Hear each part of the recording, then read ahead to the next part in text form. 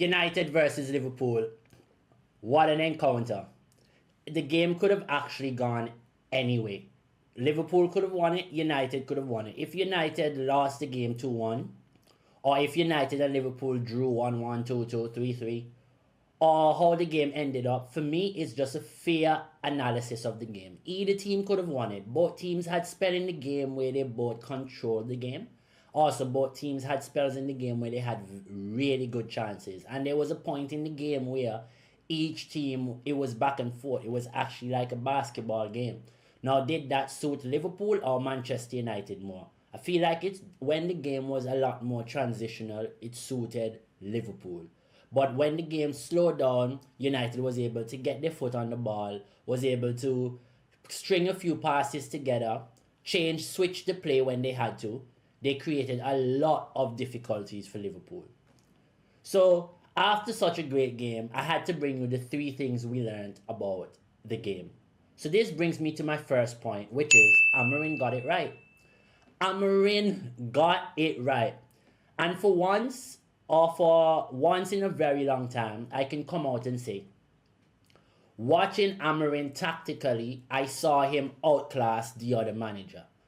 Now, you might say, oh yeah, why you say that? Well, there are a few reasons. One, the starting lineup alone made me realize what Amorim was trying to do. He was trying to soak up the pressure, and he was trying to hit them on the counter. Clearly, if you're trying to go a bit more direct, clearly if you're trying to play a bit more, getting your players coming into the game from a target forward, then you start Sesko. That would have made me know, okay, we're probably going to press a bit higher. We're probably going to force Sesko to get the ball and bring others into play. But the minute I saw Sesko wasn't in the team, the minute I saw no Maz, no Euro, I knew that he was going to sit back and allow the Amads, the Mbuemos, the Cunhas, the Brunos to go forward. If you realize today, Bruno Fernandes was even a bit more attacking than Mason Mount, who drifted inside a lot of times, and Cunha and Mbuemo, and they created like this 2-2-2. So you remember the Ralph Ragnick sort of way of playing when he had the 4-2-2-2. If you look at the United shape today, it was very similar to that. You had Ahmad, Cunha, Mbuemo, and actually Bruno Fernandes pushing up. You had Mason Mount coming inside, created a bit of an overload, especially defensively. And that is why you saw when Liverpool made that change, when they brought on, I think it was Florian Wirtz and Ekitike, and they put Szoboszlai to the right back, you realize how the game started to change, because now a lot of the game on the outside was free. Hence, you saw a lot of the teams attacking the outside, the Frimpongs, the Gakpo, the Mbuemos. You saw them attacking. Even Cunha, when he went on the left attacking mid, he attacked the outside a lot because there was a lot of space outside because both teams started to try to play in the middle of the park. Now, I'm surprised Liverpool didn't do that early in the game because United was actually trying to play off of the second balls. When you look at the situation with United, they wanted Van Dijk and Konate. Fine, you can win all the headers, but we're just going to fight for the second ball. And I don't know why in the game, Van Dijk nor Konate just stepped back, took a touch, bring the ball down, and continued playing. A lot of times they just headed the ball and they had a lot of time. But then I also understand why they were a bit scared to bring the ball down, because you have 3 guys in the Mbuemo, in a Cunha, in a Mason Mount, who are pressing machines. And they press really well, not only individually when they have to, but as a unit. And now you have Bruno understanding his role a bit more, Casemiro understanding his role a bit more. It actually showed me how Amorim set himself up to win this game. Forget winning the first ball with Sesko. Everyone just got around and win the second ball. And every time they played long, United was there for the second ball. Every time United played long, United was there for the second ball. When Liverpool played long, United was there for the second ball. And Liverpool only brought down United one time, really, in the first half when Isak had that really good chance. And when you look at that situation, I mean, Salah had a good chance too, but the real good chance was Isaac. And when you look at that situation, that just came from a quick spin in transition. That was a defender to a striker. Other than that, the midfields were being bypassed because the game was actually end to end and then trying to win as many second balls as you can. Now, when you look at how many second balls we won, the start though gave us the intensity to be able to go forward and play the way we did. And this is what brings me to my second point. United needs to continue starting games quickly. I find that every time United start the game quickly, they don't have to score early. They just need to create the first or second chance in the game or start the game in the opposition half.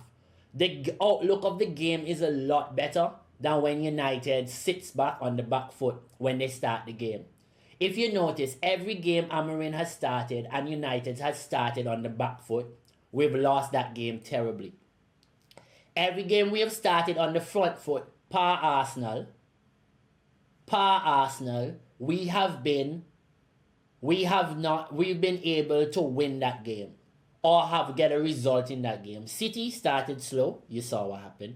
Brentford started slow, you saw what happened. Yeah, but then now when you look at Sunderland, started quickly, scored.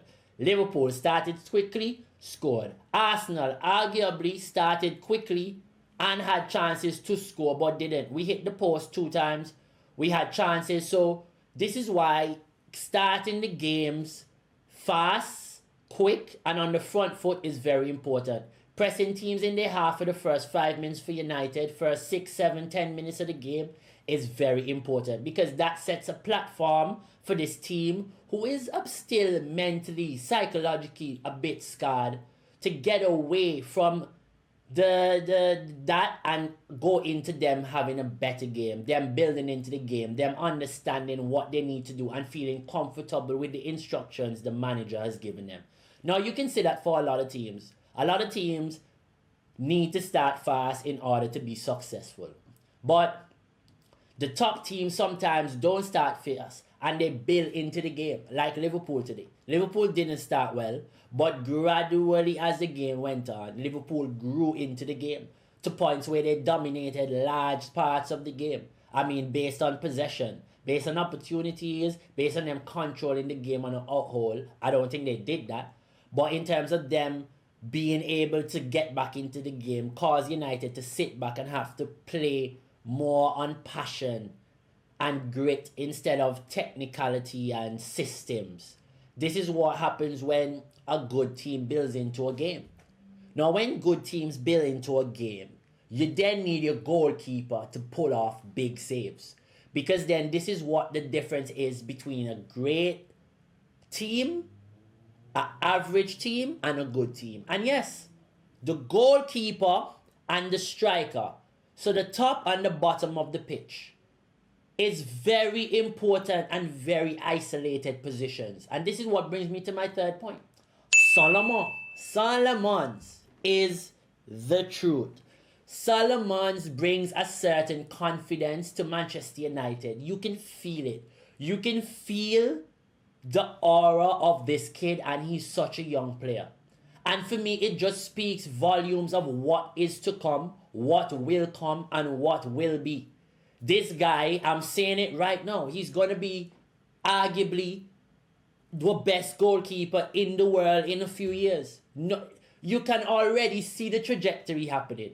First of all, we know at United, when goalkeepers come in, no matter their age, they stretch. So not only is this guy already massive, the possibility of him growing a bit more, stretching a few inches, is even bigger. Because we've seen it even with players as old as David De Gea when he came in. Look at David De Gea, how much he stressed, how much more mobile he got, how much more agile he got. You have Onana. Even if people talk badly about Onana, Onana did get better in terms of Onana grew. Onana got, like, his frame got bigger. Onana got a lot more agile. He probably isn't agile enough or physical enough for the Premier League, but he's very agile. So all these things that we look at, we have to see that Solomon, he is the truth, man. That guy, even today, does the saves he made. Okay, the Isaac save massive. But look at that Salah chance. Most time when Salah controls the ball in that position, only a centre back runs out after him. But you saw, as soon as he put his head down, Lemmens was right in front of him with his frame. Now Salah could not get over the ball to hit it to the far post, so he had to quickly snap at it, which is why he kicked it in the side netting on the near post. Because Lemmens flew out of him with his frame.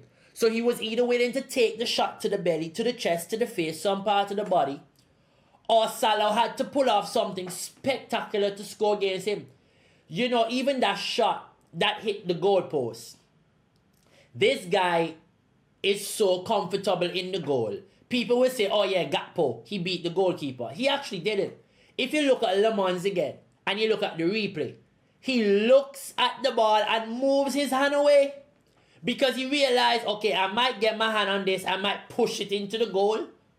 So I'm just going to allow it because I already read the angle and I don't think he's going to bend into my goal.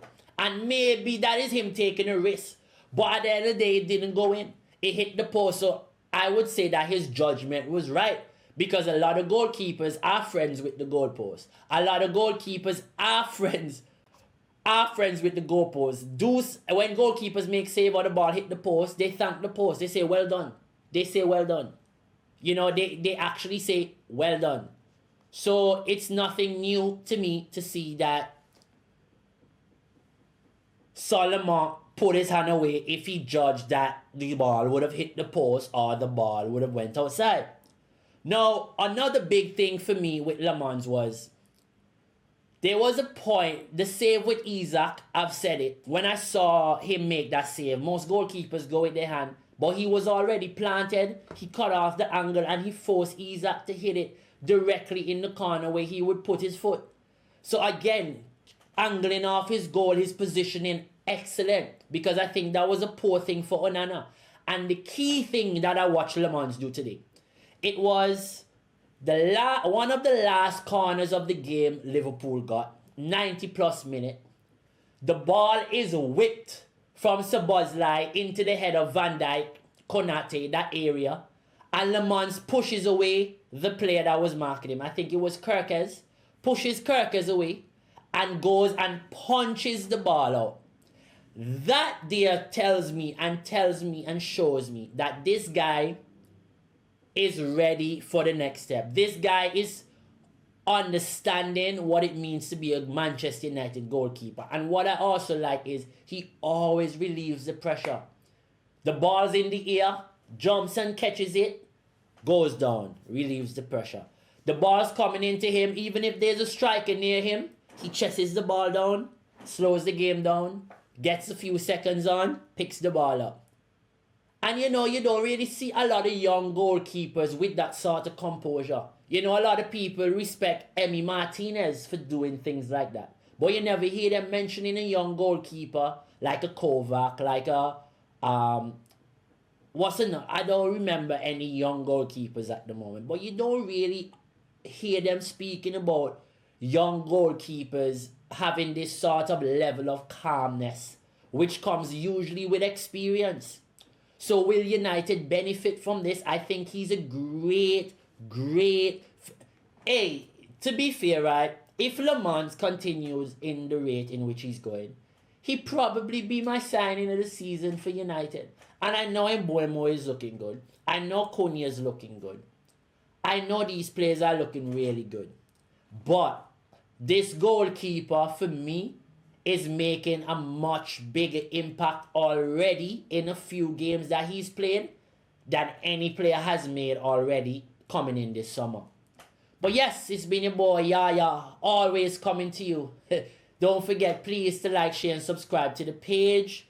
Keep hitting the bell for notifications so I can continue bringing you great content going forward. It's been your boy Yaya. Take care. Have a good time. We might be on our way to Burner Boy. So if you're out there, check me out. Ciao.